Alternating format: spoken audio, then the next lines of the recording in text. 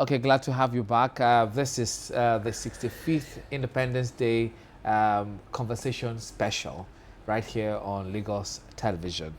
Well, we want to make a detour now because we've looked at the political, the economic, as well as the social aspect of first the president's speech this morning, as well as perhaps our own commentary or thoughts as to how far we've come as a country, as a nation, in the past 65 years.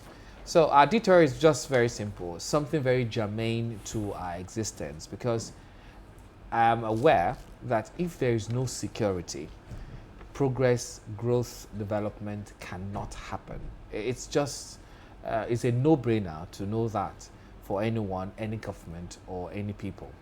How far have we come as a country? But don't forget, in the past almost 2 decades now, it's been one challenge or the other, from terrorism to more pronounced kidnapping and banditry. Not too long ago, about 2 days ago, even a colleague in the industry died by virtue of what happened in a house. It boils down to insecurity as well. Now, government has said, look, we're dealing with this.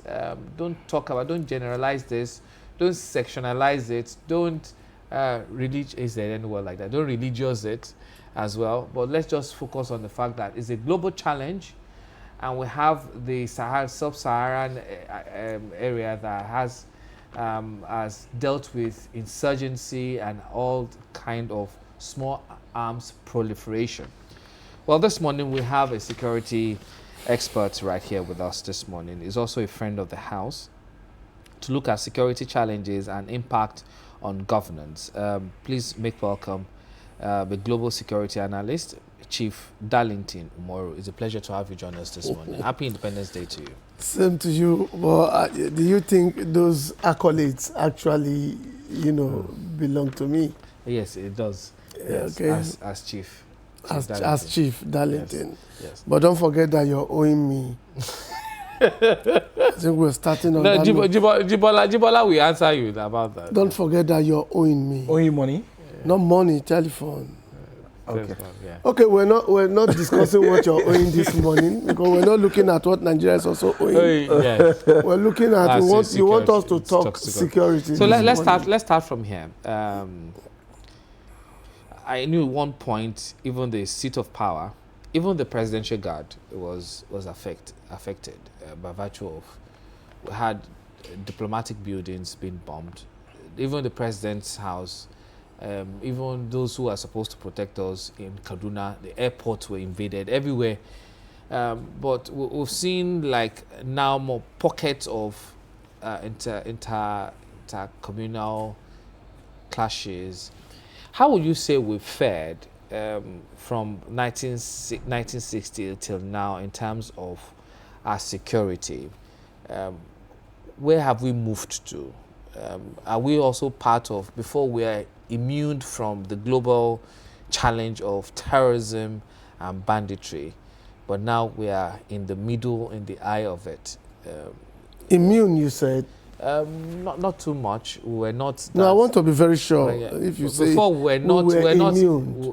Before we're not in the eye of the storm as far as security is concerned. But now, some parliament will talk about whether to categorize us as one or the other. So, how would you describe the security situation now in 2025? Well, my pleasure being here once again. One of the things I really like talking about is, like you said, how far have we gone in terms of security? I thought that question should have been, how much destruction have we had when it comes to security matters, particularly when you did say, rightly, that at a point in time, once upon a time, we were immune to insecurity. Yes, particularly this day that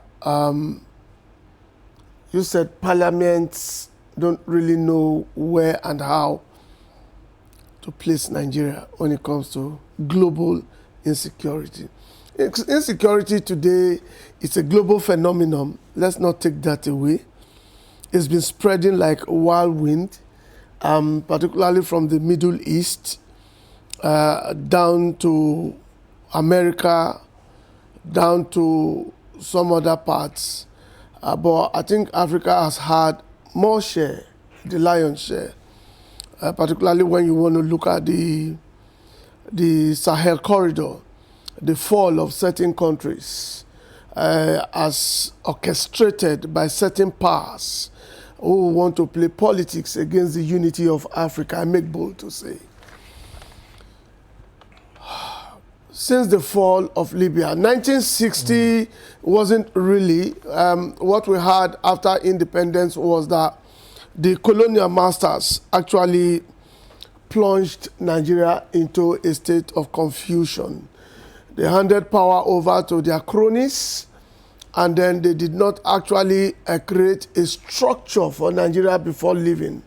That's talking about those who colonized Nigeria.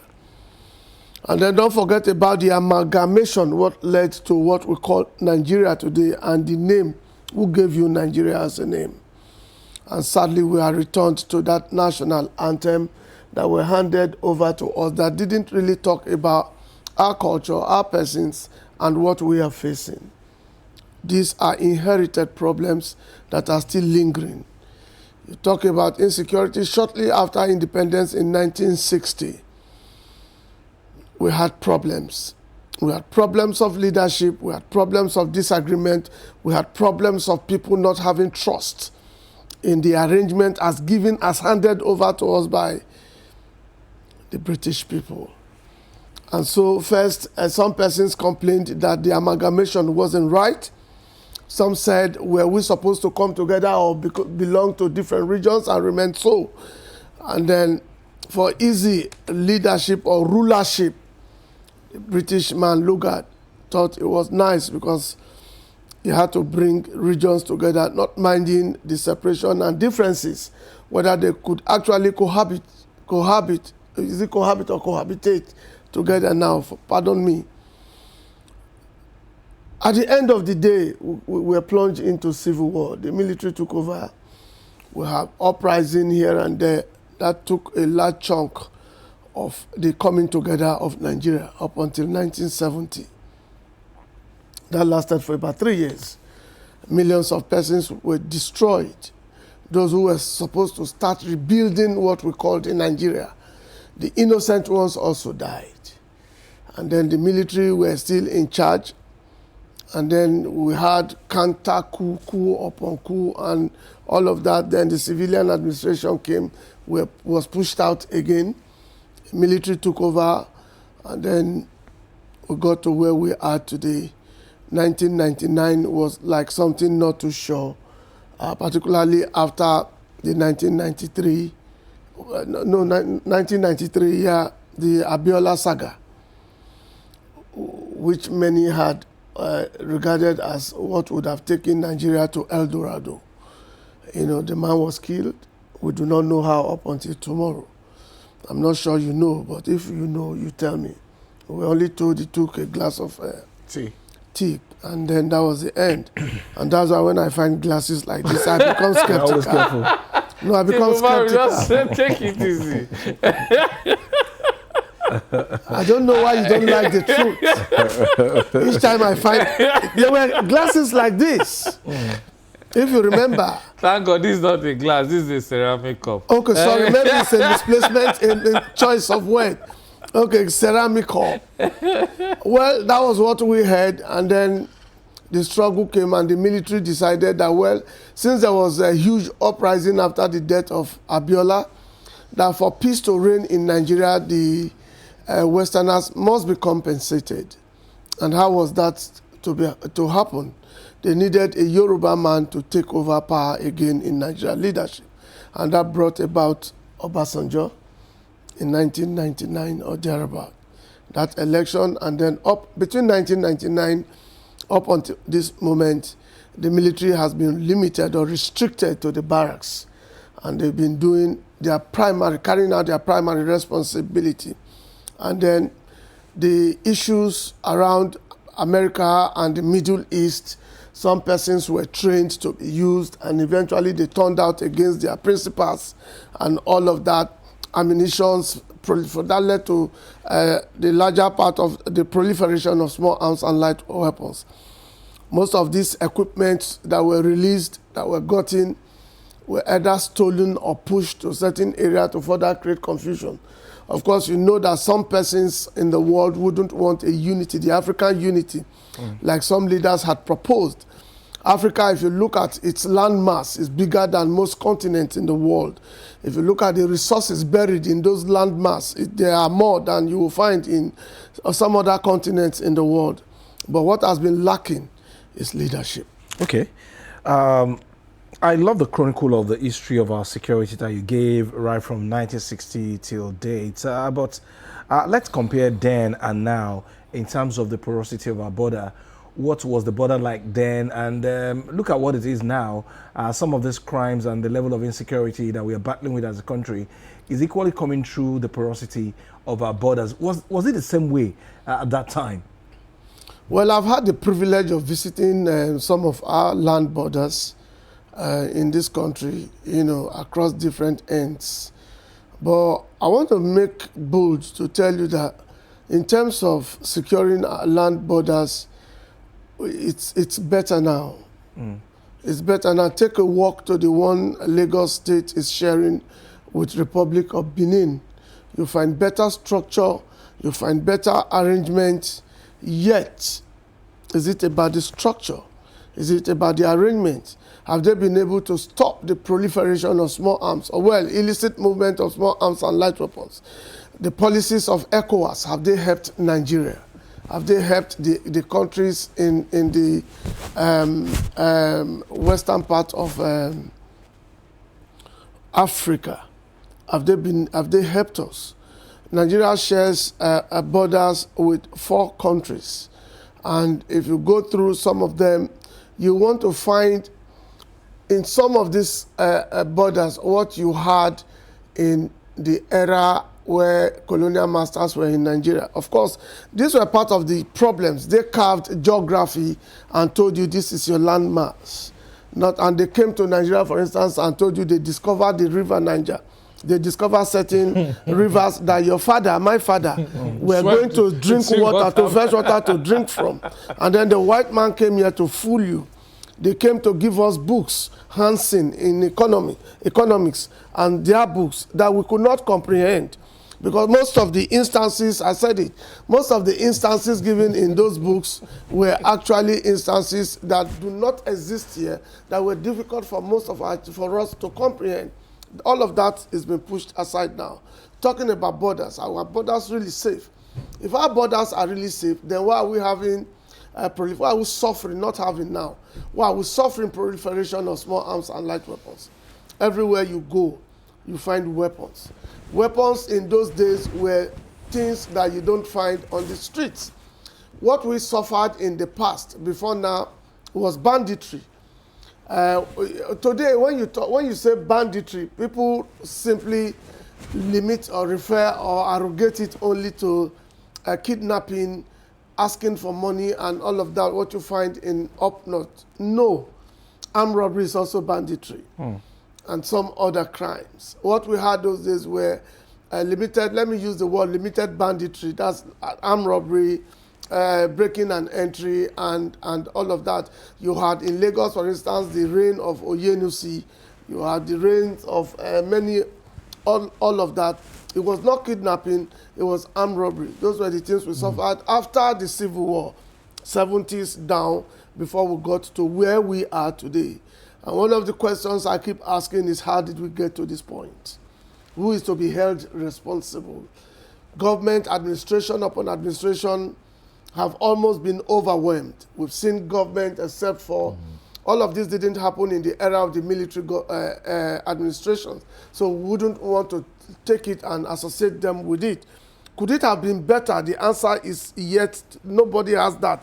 Well, one of the reasons I supported Buhari consciously and vividly, when he was to come, was the fact that he was a military man, a general, who always remain a general, and he died so. My thinking was that if he came, he was going to add, he was going to be able to conquer and arrest insecurity in Nigeria totally. Remember his broadcast when he was sworn in. He said he was not there for anybody, he belongs to nobody, and he belongs to all. And immediately asked that the military formation should relocate to Northeast, where we had the problem of insecurity then, not banditry. Then it was called terrorism, where we had just Boko Haram. But in his era, how much of insecurity was conquered? I leave that to you to answer. Okay, I need to ask this because I think our time is really running out fast. Two things. One is, will we get to the end of this clashes that we seem to be having, or this this insurgency that seems not to be going away? Because when we think that perhaps we're getting good feelers or good feelings that we're there as far as fighting this, then we hear stories about what happened in Katsina State, in Kwara State, and we'll tell you even in Borno State, where it's becoming even more intense. I feel like I thought we were using both the kinetic and non-kinetic. We have understood this now, considering that we have talked about this over and over again. We get to the end of it. And secondly, the second part. I thought we should take them one after the other. Oh, okay, maybe just briefly. That would be my own final question. And is that will be the final question because of our time. Hold on to that. Well, what I will get out of this is not for us to. I don't think even Mr. President this morning said that. What I deduced or took from what he said concerning security is that we should encourage those men at the theater, which is normal. But what I will get out of this is a global phenomenon. And when would the world be able to conquer all of it is what will take us out of it. What is the interest of the countries, the manufacturers of equipment? What is the political interest of the West and America? Do they want a united Africa? That is what will take us out of that. Now some persons are coming back to the united Africa again. Would we be able to achieve that? You saw what is happening to the Francophone countries, and they are on that corridor. They have broken away, forcefully, just like America did to gain her independence from the British government of the past. But whether we'll be able to get away from it is not in this era, not in our generation, not in your generation, not in my generation. Because the factors that will help all of that, it's a global phenomenon. It's not a Nigerian problem. Okay, it's not an African problem. It spans through a lot of places. You see the interest, the war going on between countries in some continents, and then you have support by some countries. America is taking position. Look at Israel, Gaza, the rest of them. Look at what is Russia, Ukraine. Look at what is happening there. And then the Israel, Gaza, Palestine, and the rest of that spread to Iran also. And then there was response by Iran, and there was response from America. And then so how would it come to an end? And then some persons are deliberately pushing equipment to some persons. Boko Haram, for instance, is a bit indigenized. What about ISWAP? ISWAP has its roots in the Middle East. ISIS and the rest of them, their training and equipment are coming from all of those. But how are those equipment finding themselves into Nigeria?